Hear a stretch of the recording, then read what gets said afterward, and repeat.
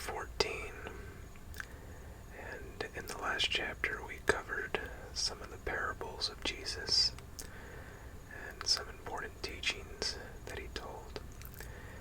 And today, we're going to get some backstory on John the Baptist and also take a look at the miracle of Jesus walking on water.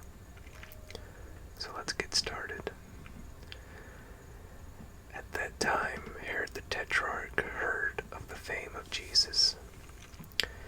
And this is Herod Antipas. And this is the same Herod that met Jesus just before he was crucified. It said in the earlier chapters that he was eager to meet Jesus. And he finally did right before they had him crucified. And it's interesting that Jesus did not say a word to him when he was before him. And that made Herod even more angry because he desired to see a miracle or something from Jesus, but Jesus never said a word to him. And Tetrarch means a ruler of a fourth part. And Herod was the Tetrarch of Galilee. And a Tetrarch was one step below an ethnarch, which was in turn a step below a king. And said unto his servants, This is John the Baptist. He is risen from the dead, and therefore mighty works do show forth themselves in him. For Herod had laid hold on John and bound him and put him in prison for Herodias' sake, his brother Philip's wife. So, before we get into that section here, verses 3 through 12 are actually a backstory. So if you actually read through chapter 14 without the backstory, it would go from verse 2,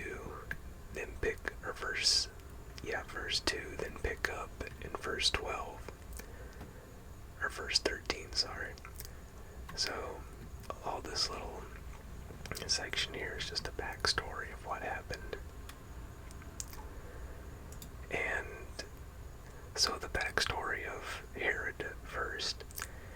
So Herod had gone to Rome to visit his half-brother Philip, and while he was there, he fell in love with his brother's wife, and he divorced his own wife to marry her. And John spoke out to Herod about this, which made Herodias mad. And so he had John put in jail. And Herod eventually was banished to Gaul after seeking the title king from the Roman emperor. And his wife, Herodias, was actually free to go. She wasn't charged with anything. And she chose to stay with Herod in exile. So she was a pretty wicked woman, but I guess you give her credit for staying with Herod. So here's the backstory. For Herod had laid hold on John and bound him and put him in prison for Herodias' sake, his brother Philip's wife. For John said unto him, It is not lawful for thee to have her. And when he would have put him to death, he feared the multitude, because they counted him as a prophet. But when Herod's birthday was kept, the daughter of Herodias danced before them and pleased Herod, whereupon he promised with an oath to give her whatsoever she would ask. So he was probably intoxicated at this point. It was a drunken party they were all taken a part of, so, probably just on the moment he was drunk, the dance pleased him. So out of the spur he said, I'll give you whatever you want. And she, being before instructed of her mother, said, Give me here John the Baptist's head and a charger. And the king was sorry. Nevertheless, for the oath's sake, and them which sat with him at meat, he commanded it to be given her. And he sent and beheaded John in the prison. And his head was brought in a charger and given to the damsel, and she brought it to her mother. It's a pretty disturbing scene, as you can imagine. Just went and cut off a man's head, brought it on a plate to her mother. Disturbing people. And his disciples came and took up the body and buried it, and went and told Jesus. So, now that we come to verse 13, remember this is continuing from verse 2. So when Jesus heard of it, not hearing of the death of John the Baptist, this is referring back to verse 1, when Herod the Tetrarch heard of the fame of Jesus. So then jump down. So when Jesus heard that Herod had heard of his fame, he departed thence by ship into a desert place apart. And this is not like a desert place like you would think of, like the Sahara Desert. It's really just a deserted place where there's nothing. It still can be like grassy and green and all that, but it's just like a deserted place. And when the people had heard thereof, they followed him on foot out of the cities. So they departed into a ship, Jesus and his disciples, and the people were still eager to see him, so they took the route along the land to meet Jesus there on the other side. And when Jesus went forth and saw a great multitude, he was moved with compassion toward them, and he healed their sick. So, the picture here, Jesus and his disciples go to a ship to go into a deserted place, but when they get there, the multitude already beat them to it. They were already there. And instead of being angry or, just wanting to get away from people, like how would you feel if, it's been a long day and you just want to get away from everybody, and you get to your vacation spot and you find a whole bunch of people waiting for you. But what does Jesus do? He was moved with compassion toward them, and he healed their sick. He wasn't angry with them, or, he just wanted to help them out. And Mark 6:34 tells us the same story. Jesus said, they looked as sheep without a shepherd. And this is the verse here. He came out, and so much people was moved with compassion because they were as a sheep not having a shepherd. And he began to teach them many things. So we can learn a little lesson here from Jesus. That to be patient and long-suffering, even when you're trying to get away from things, it's still good to help people out. Verse 15. And when it was evening, his disciples came to him, saying, Master, this is a deserted place, and the time is now past. Send the multitude away, that they may go into the villages and buy themselves victuals, or just food. But Jesus said unto them, They need not depart, give ye them to eat. And they say unto him, We have here but 5 loaves and 2 fishes. So, can you imagine all those people? Jesus looks to his disciples and he says to you, well, just feed them. It's a lot of people to feed. And they said unto him, We have here but 5 loaves and 2 fishes. And the loaves were about the size of a dinner roll, and the fishes they had were probably dried or pickled. And Jesus said, Bring them hither to me. And he commanded the multitude to sit down on the grass, and took the 5 loaves and the 2 fishes, and looking up to heaven, he blessed and brake, and gave the loaves to his disciples, and the disciples to the multitude. So another painted picture here. Jesus, the head of the church, he gave it to his disciples, who gave to the multitude. Kind of like how it's set up. Jesus is the head. We have the teachers and preachers who preach to the multitude the word of God. And they did all eat and were filled, and they took up the fragments that remained, 12 basketfuls. And the Greek word here for filled means gluttoned. So like you couldn't eat anymore, you were so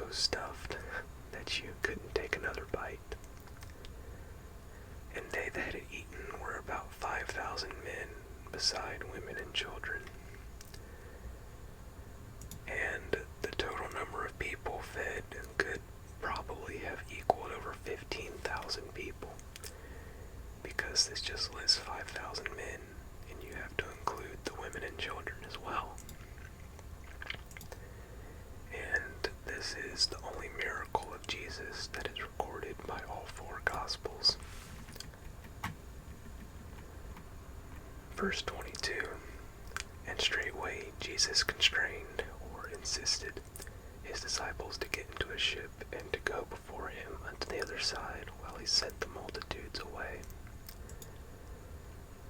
And in John 6:15, when this miracle is recorded, he tells us that the people were going to try to make him a king.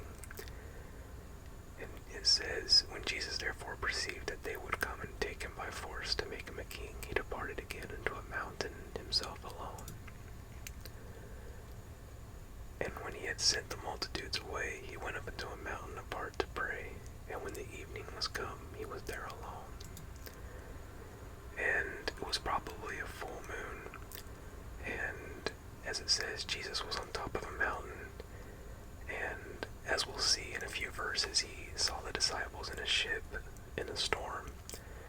And so that's probably why Jesus was able to see the ship in the midst of the sea, is because he had a clear view, and it was probably a full moon. But the ship was now in the midst of the sea, tossed with waves, for the wind was contrary. And in the fourth watch of the night Jesus went unto them walking on the sea. And when the disciples saw him walking on the sea, they were troubled, saying, It is a spirit, and they cried out for fear. But straightway Jesus spake unto them, saying, Be of good cheer, it is I, be not afraid.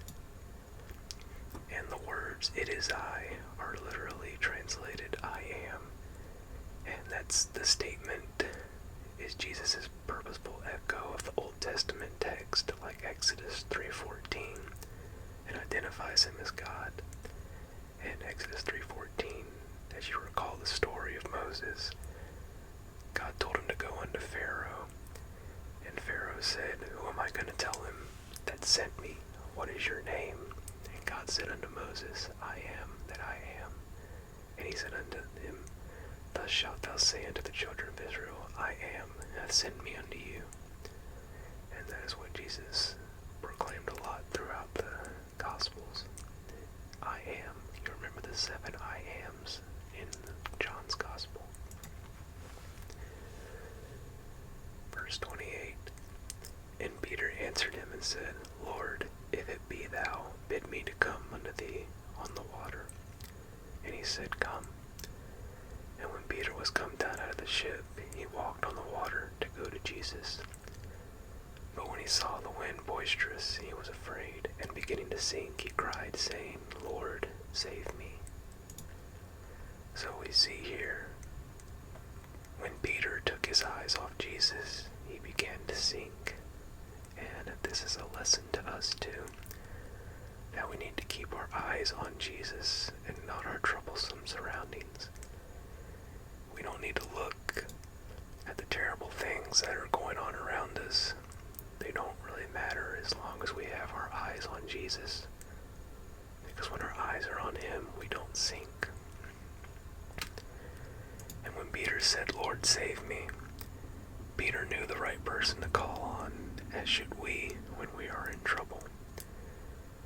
We should never look to man first for our help. We should always cry out to God when we're in trouble. And as we also see, Jesus is never too far away. He's always right there to help us. Wherever you are, whatever you're doing, you can always cry out just like Peter did. Say, Lord, save me. And he's always right there to help you. He's never too far away. And immediately Jesus stretched forth his hand and caught him and said unto him, O thou of little faith, wherefore didst thou doubt? And Jesus probably said this to Peter to teach him a lesson on staying focused on him, because Peter Peter probably thought about that question. Why did he doubt? And he probably figured it out, that he lost focus on Jesus and started looking at the wind and the waves and got worried. And there's a little saying that says, fear will dispel your faith, and faith will dispel your fears. And when they were come into the ship, the wind ceased. Then they that were in the ship came and worshipped him, saying, Of a truth, thou art the Son of God. And when they said, Of a truth, thou art the Son of God, this is a growing consciousness of the disciples as to who Jesus is. So you remember, he had just fed the 5,000, but they didn't seem to comprehend that, They weren't saying anything like this after he did that. And as we'll see later, Jesus would ask the disciples, Who do men say that I am? And that's when Peter confessed that he said, Thou art the Christ, the Son of the living God. And after the resurrection was when they fully understood who Jesus was and the whole point of everything. That was only when they could see and understand all that Jesus had taught them about his death and resurrection and who he really is. And when they were gone over, they came into the land of Gennesaret. And Gennesaret was located on the northwestern shore of the Sea of Galilee and about 5 miles south of Capernaum.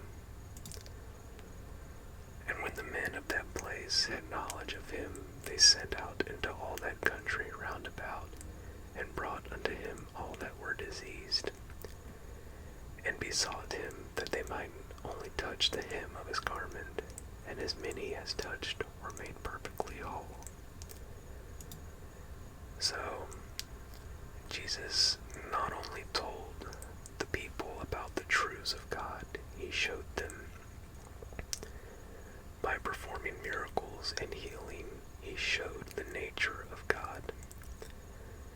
So, like Jesus, he taught the people, but he did more by actually healing them. Like most of his ministry involved miracles and just showing the true nature of God, how he's come to help men and save them, and also declaring who God is and showing us. And when it says that they might only touch the hem of his garment, the people of Gennesaret probably became aware of how the woman with an issue of blood was healed in nearby Capernaum. As you recall in chapter 9, verse 20, when the woman touched the hem of his garment, she was healed. They had probably heard of this because it was about 5 miles south of Capernaum. And they were made perfectly whole. And that will complete our study of chapter 14. Next week, we will keep following the ministry of Jesus and take a look at some more confrontation with the Pharisees as usual, and we'll also cover some more miracles and just keep following Jesus as he gets closer and closer to his final goal. And I hope you all enjoyed.